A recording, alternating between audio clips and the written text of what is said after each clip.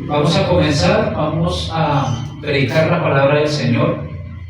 Vamos a hablar de lo que ocurre cuando nacemos de nuevo, porque cuando hemos nacido de nuevo es completamente normal que no se comprendan muchas cosas, porque estamos siendo nuevos en algo, ¿cierto?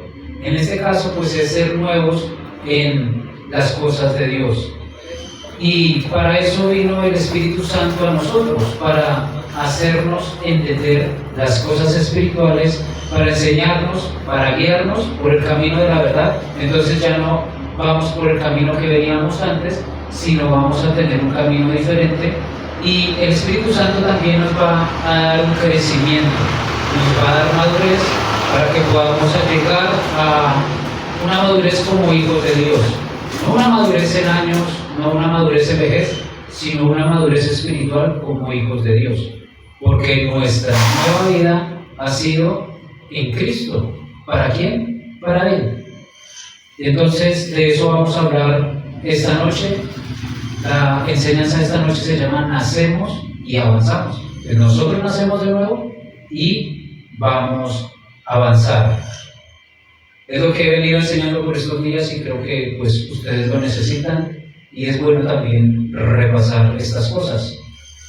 Entonces la Biblia nos habla, y ya lo hemos visto, que hay pequeños espirituales a los que llamamos los bebés, que con mucho cariño les decimos los bebés en la fe, ¿sí? O los bebés de la iglesia.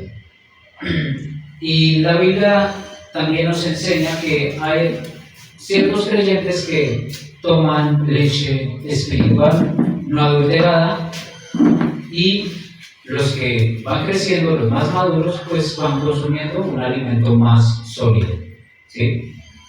Entonces, miremos Mateo, capítulo 5, versículo 4, las bienaventuranzas, porque acá la bienaventuranza nos muestra algo interesante. Evangelio de Mateo, capítulo 5, versículo 4. Dice la palabra del Señor: bienaventurados los que lloran, porque ellos recibirán consolación. Bienaventurados los que lloran, porque ellos recibirán consolación. La palabra bienaventurados significa literalmente feliz, alegre, muy dichoso y grandemente bendecido o muy bendecido. Eso significa bienaventurado. Entonces ustedes cuando vean en la Biblia bienaventurado, quiere decir que somos muy bendecidos o que yo soy muy bendecido. Entonces acá está diciendo bienaventurados los que lloran, porque ellos recibirán consolación, ¿sí? Y ahora somos bienaventurados porque hemos sido perdonados de nuestros pecados, porque Dios nos ha hecho hijos, porque tenemos promesas. Entonces eso nos hace grandemente bendecidos. No hay una mejor bendición que la vida eterna, comenzando por ahí. Entonces nosotros deberíamos andar así todo el tiempo. ¿Cómo? Felices, dichosos, en el gozo del Señor, porque hemos sido grandemente bendecidos, porque hemos recibido a Jesucristo y porque hemos recibido la vida eterna y somos hijos de Dios y todo lo que somos en Cristo Jesús. ¿Sí? Eso es algo bueno, eso es algo muy importante para todos. Y no se refiere a que sea solo una emoción superficial, se refiere a algo que ya está dentro de mi corazón, con convicción, porque la bendición viene de parte de Dios. ¿Por qué motivo? Porque aceptamos a Jesucristo, ¿sí? Entonces es algo que debe estar en nuestro corazón, no por emociones, sino que es algo que ya creemos. Y las bendiciones son condicionales. ¿Qué quiere decir esto? Que si queremos ser bendecidos, pues debemos hacer algo. Entonces, si queremos recibir bendiciones de Dios, la Biblia nos dice que el que es obediente será bendecido. La obediencia trae bendición, es lo que dice la Biblia. Ser fieles al Señor, eso trae bendición. Diezmar y ofrendar, eso trae bendición, ¿sí? Hay muchas cosas que nos va a ir bendiciendo. Bendecir a otros es otra bendición también, ¿sí? Entonces hay que hacer algo para ser bendecidos. Y Dios quiere bendecir. Pero Dios también quiere que crezcamos, que no nos quedemos siendo unos niños o unos bebés pequeños en la fe, sino que vayamos creciendo. Tal como un bebé nace y ese bebé tiene que ir alimentándose y tiene que ir creciendo para llegar a una estatura de adultez y maduro. Entonces igual pasa con la persona que está en Cristo. Entonces, ¿qué es lo primero que hace un bebé al nacer? Llorar, ¿sí? Sale del vientre de su madre y llora. ¿Qué es lo primero que pasa con un cristiano cuando nace de nuevo? Lo mismo, llora porque entiende su condición, ¿sí? Llora por muchas causas. Un bebé espiritual, un bebé en la fe. Y yo he visto algunos cristianos que lloran por todo, ¿sí? En mi caminar espiritual y mi caminar con Dios me he encontrado con muchos hermanos que lloran mucho, que lloran por muchas cosas. Y pues algunos porque son bebés, otros porque no han podido avanzar, no han podido madurar. Y se quedan como en el segundo escalón de su crecimiento espiritual. El primer escalón es nacer de nuevo, creer en Cristo. Ahí dio un pasito. Pero el segundo paso es avanzar, comenzar a salir de bebé a una persona más madura, ¿sí?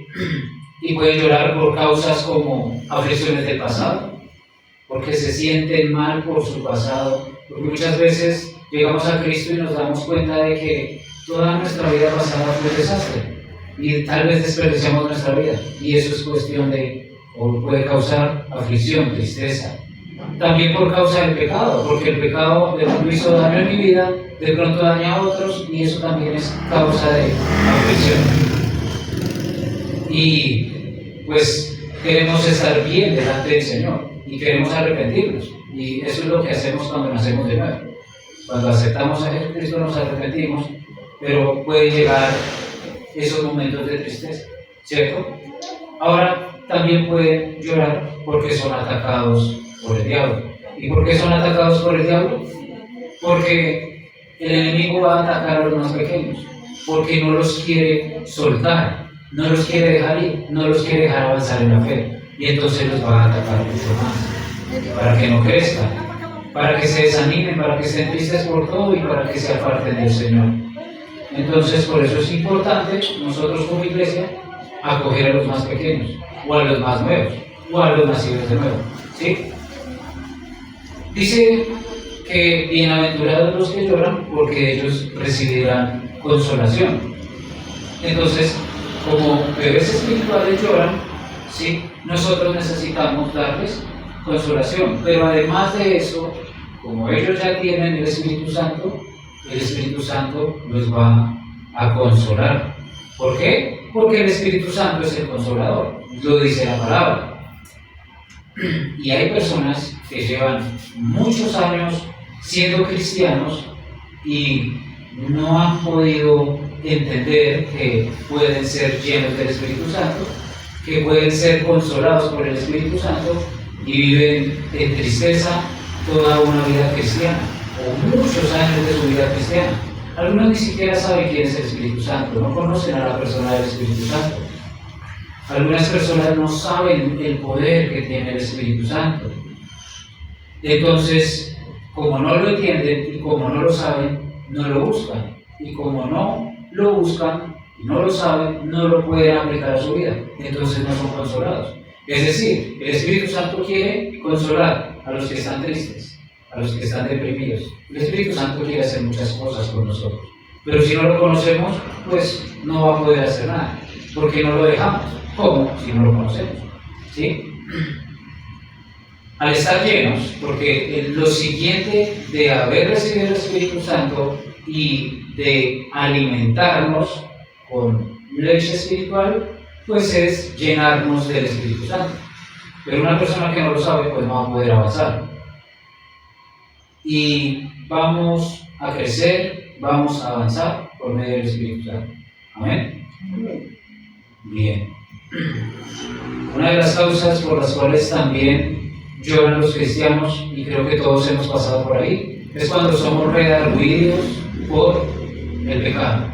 Es decir, cuando somos corregidos, cuando somos disciplinados, cuando somos también aconsejados por el pecado. Eso causa tristeza y vamos a llorar por eso, claro que sí, pero avanzamos, continuamos, no nos apartamos por causa del arrepentimiento. Entonces miremos, 2 Corintios capítulo 7, versículo 10.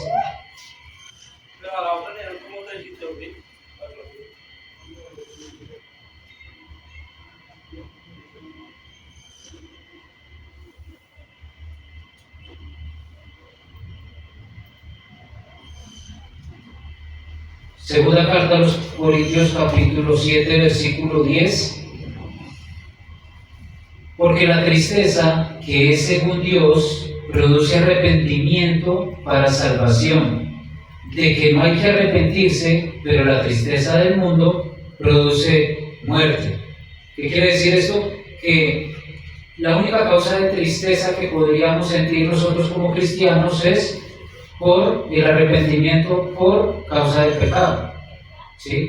Sufrimos porque nos equivocamos, porque fallamos delante del Señor y vamos y le pedimos perdón, y lloramos porque nos sentimos mal, pero sabemos que Él es fiel y justo para perdonar y nos restaura por medio de su Espíritu Santo y nos dice: está bien, te perdono, vamos, continúa, la carrera no ha terminado. ¿Sí? Y dice que la tristeza del mundo produce muerte, porque si no conocen a Jesús y si no tienen el Espíritu Santo, pues esa tristeza cuando se equivocan y viene la consecuencia del pecado, pues va a traer muerte. No una muerte en el momento, pero tal vez sí una muerte en el futuro. Ahora, pues si el pecado es demasiado grave, pues va a producir muerte instantánea. ¿Sí? Entonces es normal sentir tristeza cuando nos equivocamos. ¿Sí? Pero Dios no va a hacernos daño. O sea, Dios no nos va a matar por habernos equivocado, por haber cometido pecado, como lo haría Satanás. Satanás sí quiere que nos encochinemos de pecado, que cometamos muchas cosas feas para destruirnos, destruir nuestra vida, alejarnos totalmente de Dios. Dios no va a mandar una enfermedad para probarnos. Como pecó, le va a mandar una enfermedad. Un padre bueno no haría eso. La enfermedad puede ser parte o consecuencia del pecado, dependiendo del pecado, ¿sí? Pero no quiere decir que Dios le manda una enfermedad a sus hijos por haber cometido una falta, un error. Dios vino a dar ¿qué? Vida, y vida en abundancia. Entonces no es así. Primera de Pedro 2:20. Primera de Pedro 2:20. Entonces les decía que el diablo va a querer atacar. Una de las causas por las que puede llorar un cristiano es porque ataca al diablo. Y si es un bebé en la fe, pues no va a saber cómo defenderse. Y si es una persona que todavía no ha crecido lo suficiente, no va a saber cómo defenderse. Por eso viene el ataque y por eso causa tristeza. Miremos lo que dice acá, Primera de Pedro, capítulo 2, versículo 20.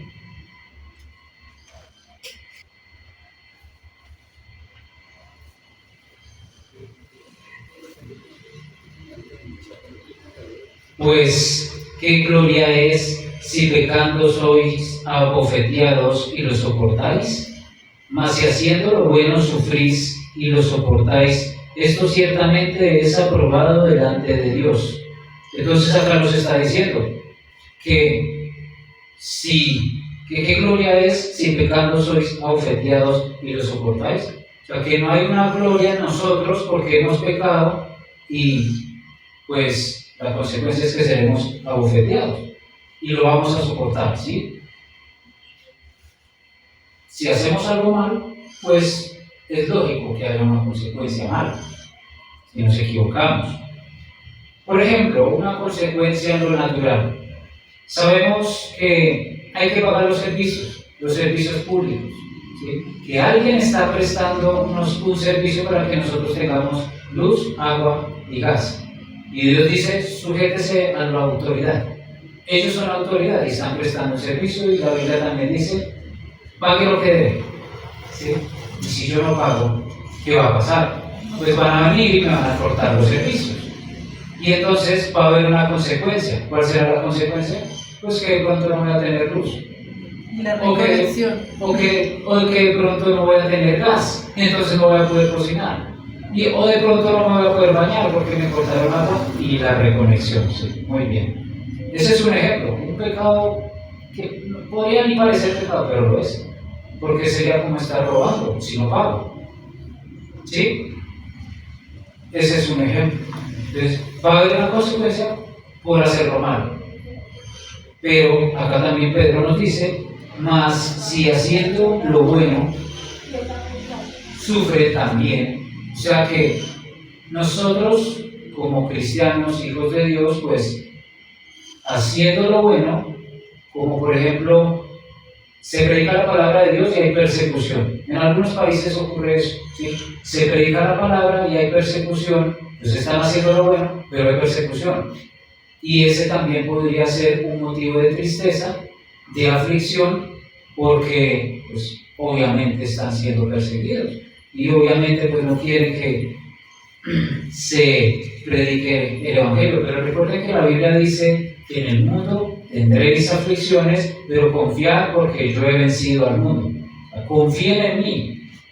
¿Están haciendo lo bueno y hay aflicciones? Sí, pero confiamos en Él, porque Él está con nosotros. Y nosotros no somos de este mundo y nosotros vamos para el reino de los cielos.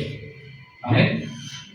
Entonces, algunos cristianos lloran por portarse mal, porque abren la puerta al diablo y el diablo entra y los daña. Y pues es causa de sufrimiento. Pero si nosotros caminamos en la voluntad de Dios y no abrimos puertas, pues Dios nos dará la victoria. Ya estamos en victoria y nosotros andamos en victoria. Lo que pasa es que tenemos que seguir en victoria. ¿Sí? El que abrió la puerta, pues el diablo entró, lo hizo pecar, lo tentó, lo hizo pecar, ¿sí? Y qué debe hacer, pues arrepentirse y continuar. Y si tocó llorar, pues lloramos y seguimos. Algunas personas piensan que Dios nos prueba con enfermedades. Y era un pensamiento también que tenían los judíos. Si está enfermo es porque hizo algo malo y le cayó la enfermedad. ¿Recuerdan a Job? Sus amigos lo juzgaban porque pensaban que algo malo había hecho y por eso el pobre Job le pasaban tantas cosas malas en su vida. Pero ahora estamos en la gracia y nosotros tenemos el Espíritu Santo. Y lo que les decía, pues Dios no va a enviarle algo a su hijo. Es como, por ejemplo, una persona que tiene a una hija. Si esta persona sabe que a su hija le tiene miedo a las arañas, no la va a encerrar en una habitación que está llena de arañas para probar su debilidad, ¿cierto? Dios conoce nuestras debilidades. Entonces Dios no nos va a poner una prueba para que caiga. Si ya sabe que voy a caer ahí, ¿para qué me va a probar? Dios ya me conoce. Dios ya los conoce a ustedes. Él sabe cómo somos. Entonces, ¿por qué pasan estas cosas? Él prueba la fe, porque Él sabe que la fe es lo que puede hacer que la persona supere la debilidad. Es la fe la que es probada, y la Biblia nos dice, nos enseña que es la fe la que será probada. No somos nosotros. Y vamos a ver un ejemplo acá en la Biblia, donde Dios prueba a uno de sus seguidores, a uno de sus apóstoles, en Juan capítulo 6, versículo 5.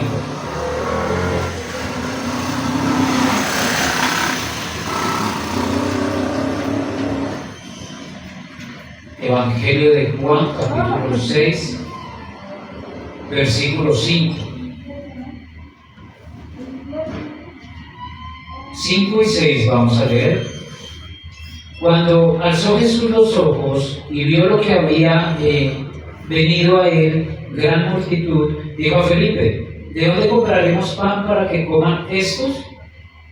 Pero esto decía para probarle, porque sabía que él lo había de hacer. O sea que Felipe podría solucionar la situación. Aquí está a punto el Señor de multiplicar los peces y los panes que le trae un niño. Jesús está probando a Felipe, pero no lo está probando a él, está probando la fe de Felipe. ¿Por qué? Pues porque Felipe ya había caminado con el Señor, Felipe ya había visto los milagros del Señor, Felipe ya más o menos sabía qué era la fe. Y si el Señor está diciendo que él sabía lo que Felipe podía hacer, que Felipe podía solucionar la situación, por eso está probando la fe de Felipe. Ahora, Felipe no se iba a morir por no haberlo hecho, o no le iba a mandar una consecuencia al Señor por no haber aplicado la fe como debía aplicarla. Felipe le contesta: ni porque hubiéramos trabajado durante un año podríamos alimentar a toda esta multitud, le dice al Señor. Entonces, no tuvo fe, ¿sí? De una rechazó la fe y perdió la prueba de la fe. ¿Qué pasó después? Pues fue un niño el que presentó los panes y los peces y fue el Señor el que hizo el milagro con el niño. O sea, probablemente el niño tuvo más fe que Felipe, pero los niños tienen más fe que los adultos. Entonces, así pasa con nosotros. Viene la prueba, pero lo que es probado es la fe, a ver si yo creo o no, y no es para quitarnos la vida. Satanás sí se puede aprovechar de esas situaciones. Por eso debemos creer y creer que ya estamos en victoria, porque Jesús venció en la cruz. Y creer también que Dios es un Padre bueno, que lo que Dios hace en nuestras vidas y las pruebas que tenemos por ahí son para que nosotros crezcamos, maduremos en la fe, podamos avanzar, podamos ser cada día más como Él. Primera de Corintios, capítulo 10, versículo 13.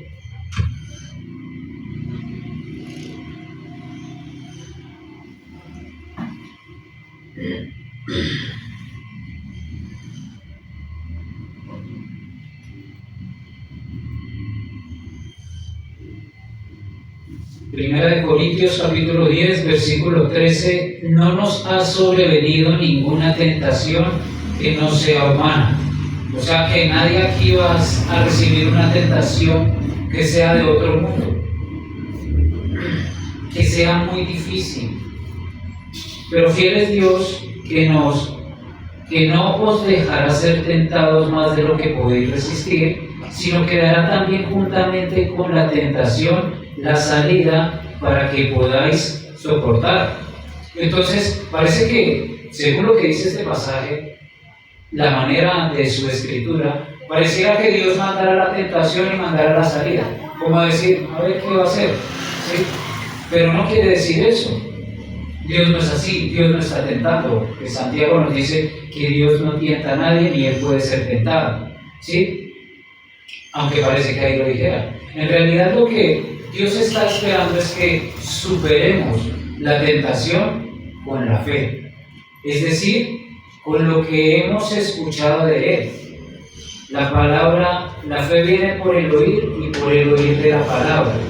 Entonces lo que es probado es la palabra que yo he escuchado, lo que he recibido en la iglesia, lo que he recibido en las predicaciones, en las enseñanzas. Si yo digo que lo creo, eso es lo que va a ser probado en mi vida. Lo voy a leer en la Nueva Traducción Viviente. Las tentaciones que enfrentan en su vida no son distintas de las que otros atraviesan. Es decir, no, es que el líder no es tan tentado como yo, ¿sí?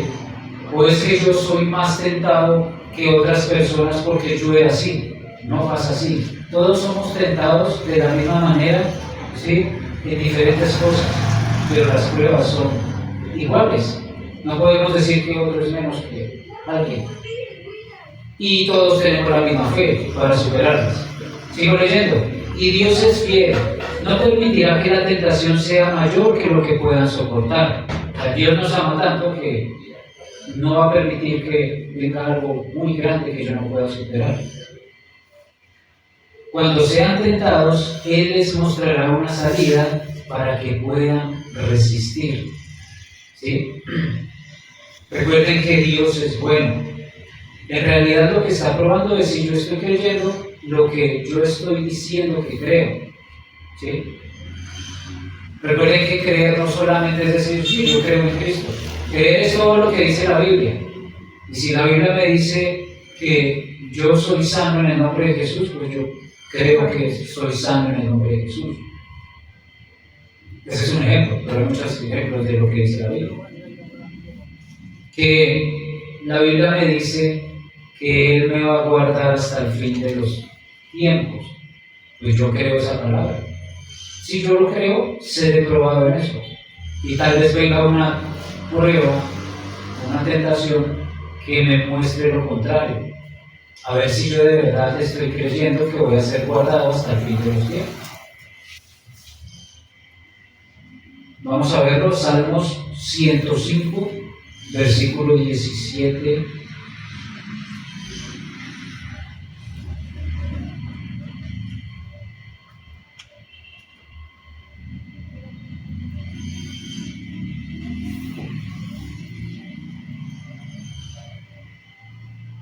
Versículo 17, Salmo 105, versículo 17, envió un varón delante de ellos, a José, que fue vendido por siervo. 18, afligieron sus pies con grillos, en cárcel fue puesta su persona. 19, hasta la hora que se cumplió su palabra, el dicho de Jehová le probó. ¿Qué lo probó? El dicho de Jehová, la palabra del Señor lo probó. ¿Y qué era lo que había dicho José? Recuerden, José, que fue llevado como esclavo a Egipto, el que fue creciendo allá en Egipto, el que primero fue esclavo, luego estuvo en la cárcel y luego llegó a ser gobernador de Egipto. Ese José, ¿qué era lo que el Señor le había dicho por medio de un sueño? Él tuvo un sueño donde 12 espigas se inclinaban ante él y el sol y la luna. La interpretación era sus 12 hermanos y sus 11 hermanos, perdón, y su padre y su madre. ¿Sí? Entonces, ¿qué pasó? Él fue probado para que se cumpliera esa palabra. ¿Y cuando se cumplió esa palabra? Pues cuando José fue gobernador de Egipto y sus hermanos vinieron y se postraron delante de él. ¿Cierto? Pero ¿qué tuvo que hacer José? Creer en que el Señor estaba con él, en que el Señor iba a hacer algo y en que el Señor iba a cumplir esa palabra. Entonces, cuando usted viene a la iglesia y oye la palabra del Señor y recibe fe, recibe la palabra, entonces recibe fe, y acá pues el Señor por medio de su palabra nos enseña a todos cómo crecer en fe. Entonces todo lo que escuchamos va aumentando nuestra fe, como en esta noche. Y entonces ponemos por obra la palabra, y cuando ponemos por obra la palabra vamos a ser probados en lo que escuchamos. Entonces, si el Señor le dijo, por ejemplo, que estamos predicando sobre la ofensa, y yo digo, bueno, creo en que Dios me va a ayudar a superar la ofensa, pues muy seguramente alguien vendrá a ofenderme y seré probado en la ofensa. Y así con muchas cosas que la Biblia nos enseña. Y así tendremos que ir creciendo. Entonces, yo lo creo, el Espíritu Santo me da convicción y superamos la prueba. Entonces, cuando superamos la prueba nos vamos a dar cuenta de que ya es más fácil. De que, pues, como no me ofendo, maduré.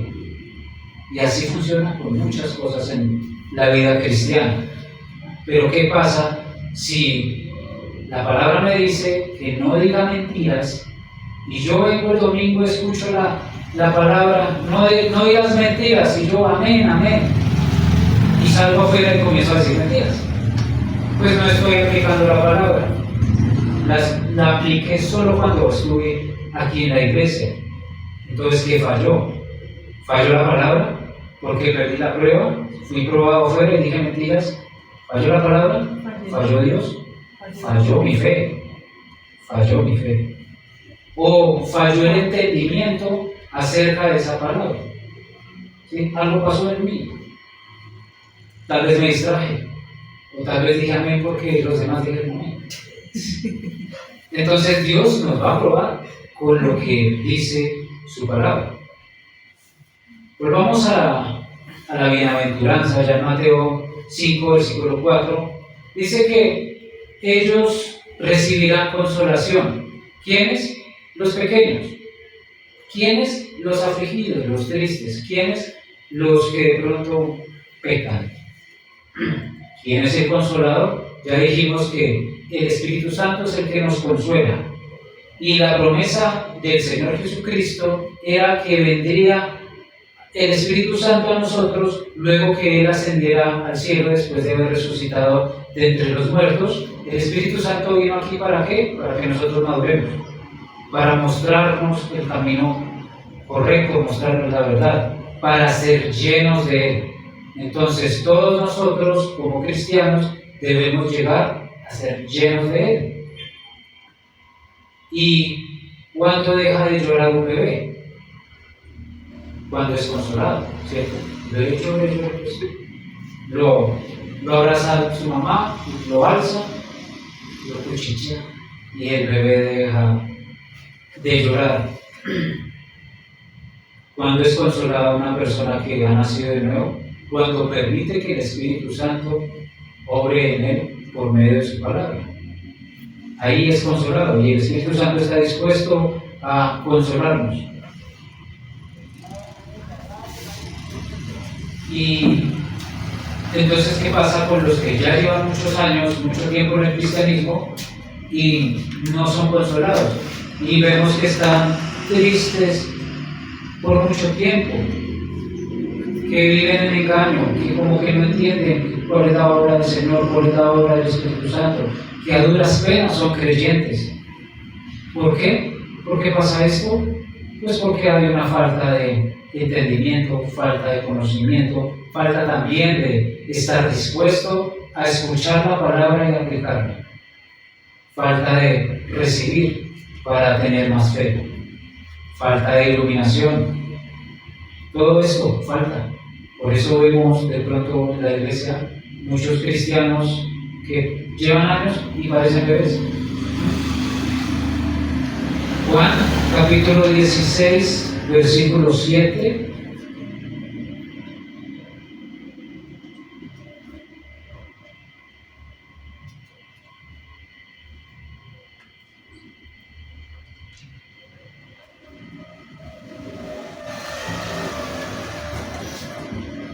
Evangelio de Juan, capítulo 16, versículo 7.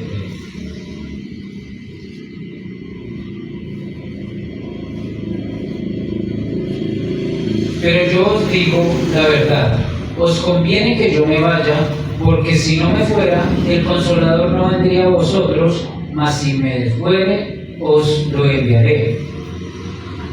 Os conviene. O sea, es un bienestar para nosotros que el Señor Jesucristo haya resucitado, haya ascendido al cielo y haya enviado al Espíritu Santo.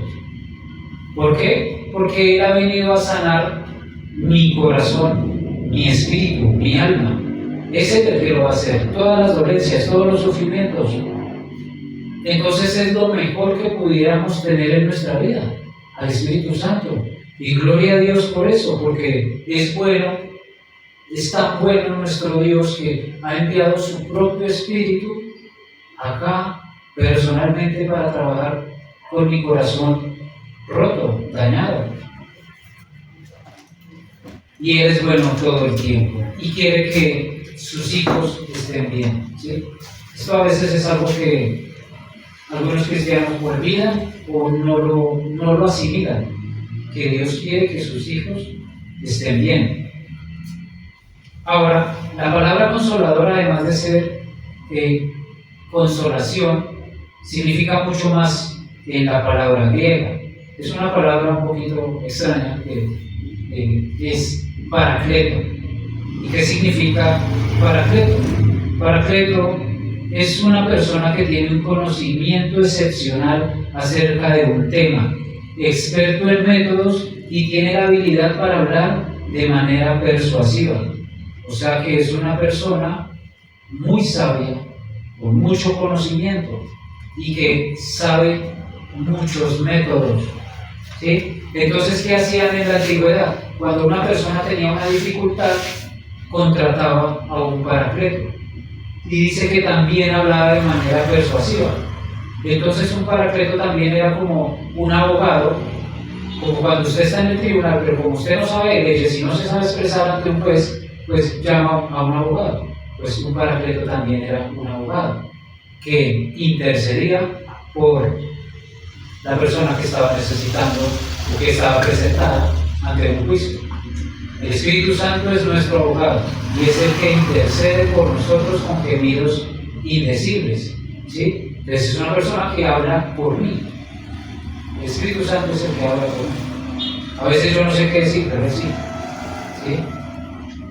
Supongamos que una persona necesitaba un paracleto para su tema de sanidad. Entonces, ¿qué hacía? Contrataba a esta persona y esta persona, pues como tenía el conocimiento en sanidad, le daba, le indicaba, le decía lo que tenía que hacer para ser sano. Es exactamente lo mismo que hace el Espíritu Santo. Entonces, el Espíritu Santo es una persona santa, apartada del pecado, que me va a decir a mí cómo solucionar cada aspecto de mi vida, incluyendo el ejemplo que les puse, la sanidad, incluyendo también que es el que intercede por nosotros. ¿Sí? Pero muchas cosas más. El Espíritu Santo me va a ayudar a superar los pecados y las falencias que tenga en mi vida. El Espíritu Santo me va a ayudar a sanar los temores, los errores del pasado, los traumas de la infancia. Todo eso lo va a hacer el Espíritu Santo, porque es un experto. Entonces, ustedes y yo tenemos a un experto viviendo dentro, que nos va a ayudar a salir adelante, a avanzar. Entonces, en base a que ya sabemos esto, pues a nosotros nos va a ser más fácil comenzar a crecer, comenzar a madurar. Va a haber un cambio de actitud si usted ha nacido de nuevo. Porque si usted no ha nacido de nuevo, pues primero tiene que nacer de nuevo, recibir el Espíritu Santo para que el Espíritu Santo pueda actuar en usted y que haya un cambio verdadero en su vida. Y el Espíritu Santo también le dará el entendimiento necesario para cuando usted vaya a leer la palabra de Dios. A veces leemos la palabra de Dios y no entendemos, pero Él sí entiende y Él puede darnos iluminación. Entonces le decimos, Padre, Espíritu Santo, por favor te pido que en esta noche me ilumines para leer la palabra, para poder aprender de ti, para poder saber más de ti. Y seguro que habrá iluminación, porque estamos concediéndole a Él que sea el que nos dirija. ¿Sí? Oramos con Él y hablamos con Él, y así también con las decisiones. Amén. Primera de Pedro, capítulo 2, versículo 2. ¿Qué hacemos cuando nacemos de nuevo? Bueno, esto lo deberíamos hacer todo el tiempo. Primera de Pedro, capítulo 2, versículo 2.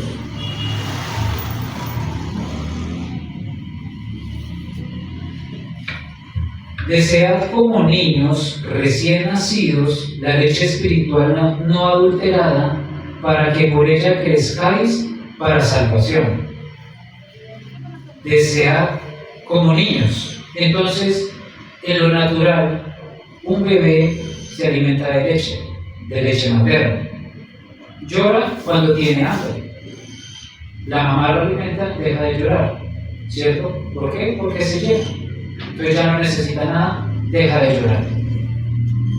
Ahora pues estuve examinando qué más hace la leche en un bebé, en lo natural, la leche materna. La leche le ayuda a crecer y a desarrollarse bien. La leche lo protege de enfermedades porque hace que su sistema inmunológico sea más fuerte. La leche prepara su cerebro. El bebé comenzará a recibir más aprendizaje, aumenta su memoria. La leche fortalece el vínculo con su madre, da seguridad emocional, le reduce el estrés al bebé y refuerza el apego a su madre. La leche materna está diseñada para que el sistema digestivo del bebé es buena para el sistema digestivo del bebé, la digiere rápido y reduce los cólicos. La leche se adapta al bebé según cómo va creciendo, conforme a su edad, a sus necesidades. Entonces la leche es un alimento inteligente para el bebé. Entonces, si el Señor acá nos está diciendo que deseemos como niños recién nacidos la leche espiritual, está haciendo este mismo ejemplo de que todo el beneficio que hace la leche en lo natural, así mismo hará la leche, que es la palabra de Dios, en lo espiritual. O sea, las enseñanzas básicas y el fundamento que me llevarán a consumir un alimento en palabra más sólido, que me llevarán a una madurez a la estatura de Cristo. Entonces yo comienzo por lo más básico. Por eso es importante el discipulado, y por eso acá también enseñamos cosas básicas. Si no lo sabíamos, lo aprendemos, y si ya lo sabíamos, lo repasamos para poderlo dar a otros. Eso es lo que quiere el Señor.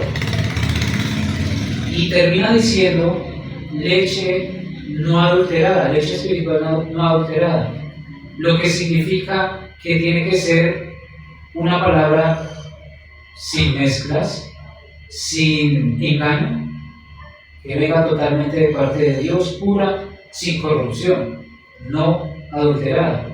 ¿Y qué vemos hoy en día? Vemos falsas doctrinas, vemos falsas enseñanzas manipuladas. Eso es palabra adulterada o leche espiritual adulterada. Un evangelio acomodado a los deseos humanos, una verdad mezclada con errores, ¿sí? El evangelio a medias, ¿sí? Todo eso es leche adulterada. Tradiciones humanas por encima de la palabra de Dios. Entonces, pues un bebé espiritual fácilmente cae en estas cosas. Pues porque como no sabe y le están dando alimento, pues lo consume y quedó engañado. Y por eso vemos que hay muchas personas que no entienden la palabra de Dios, pero están en una iglesia. ¿Sí? Iglesias llenas, pero donde no predican lo que es la verdad de Dios. Entonces, así como un bebé necesita a su madre para que lo alimente, así también un bebé espiritual necesita a Dios para que lo alimente por medio de su palabra. ¿Sí? Totalmente dependiente de Dios. Eso es importante, que se alimente la palabra. Ahora, esto es para todos, tanto los bebés nacidos de nuevo como los ya maduros espiritualmente tienen que alimentarse de la palabra de Dios constantemente, todo el tiempo. El alimento, la leche espiritual para los más pequeños, el alimento sólido para los más maduros y para los que van creciendo. Pero también hay algo importante que deben hacer las personas nacidas de nuevo, que es orar. Y esto cuesta, y esto también le cuesta a todos, nos cuesta a todos la oración, y es algo que Dios nos dice. Primera de Tesalonicenses, capítulo 5, versículo 17. Primera carta a los tesalonicenses,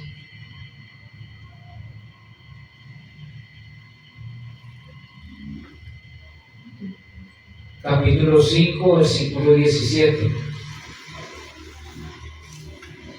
Orar sin cesar, es decir, orar todo el tiempo. Primera de Tesalonicenses, capítulo 5, versículo 17.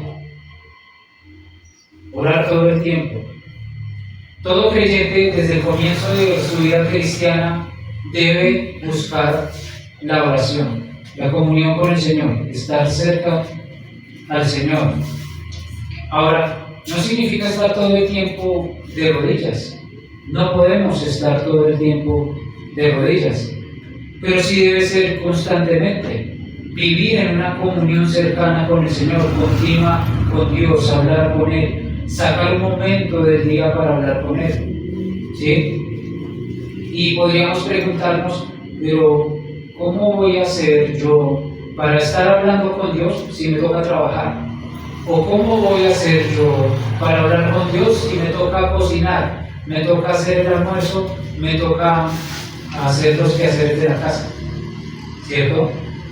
Algunas personas lo pueden hacer, ¿sí? Ahora pues Dios no va a castigar por eso. Si yo veo que puedo trabajar y orar en mi mente y hablar con Él, pues lo hago. Pues será más beneficioso que estar pensando cosas que no me benefician, que no me edifican. Entonces comienzo a hablar con Dios en ese momento del día. O de pronto yo voy camino a mi trabajo en el bus, en el Transmilenio, pues puedo comenzar a hablar ahí. De pronto a veces escuchamos otras cosas, ¿sí? Tal vez música que no me edifica, en lugar de hablar con Él. Lo mismo tal vez pase en la cocina, no sé, ustedes lo analizan. Si tal vez pueden cocinar y a la vez hablar con Él. Si de pronto no se van a cortar picando la cebolla. ¿Sí? Ahora digamos que no puede, no se pudo durante el día. Pues entonces ustedes van a tratar de madrugar un poco más y sacar un tiempo en la mañana para hablar con Dios. O en la noche, o en la mañana y en la noche sacar un tiempo para orar. ¿Sí? Es necesario. Y de esa manera vamos a estar orando todo el tiempo, orando sin cesar. Esto va a ayudar mucho en el crecimiento espiritual, ¿ves? Porque orar también alimenta la fe, fortalece la fe. ¿Sí? Hacer el devocional. El devocional es leer un texto y aplicarlo a la vida. Leer un versículo o un capítulo y aplicarlo a la vida. ¿Qué me quiere decir el Señor por medio de esta palabra que estoy leyendo? ¿Qué he aprendido de lo que estoy leyendo? ¿Puedo hacer esto en mi vida? ¿O puedo ayudar a otros con este versículo? ¿Sí? Con este capítulo. Ese es el devocional. Y orar. No tiene que ser una oración de media hora, de una hora, pero sí tiene que ser una oración sincera, que salga del corazón. Hablar con Dios, decirle todo. Él es nuestro Padre. Como si estuvieran hablando con su Padre terrenal, ¿sí? Como si estuvieran hablando con la persona que más aman en este mundo. Así debe ser con el Señor. Y pues ya sabemos que dar gracias a Dios también es importante. Agradecer por lo que tenemos, agradecer por lo que nos da y por lo que nos seguirá dando. ¿Sí? Pues, ¿por qué no sacar un tiempo de nuestro día para hablar con Él si Él es el más importante en todo el universo? Es el Rey del universo, es el Señor y es nuestro Salvador y está conmigo todo el tiempo. Amén. Muy bien. Vamos a orar.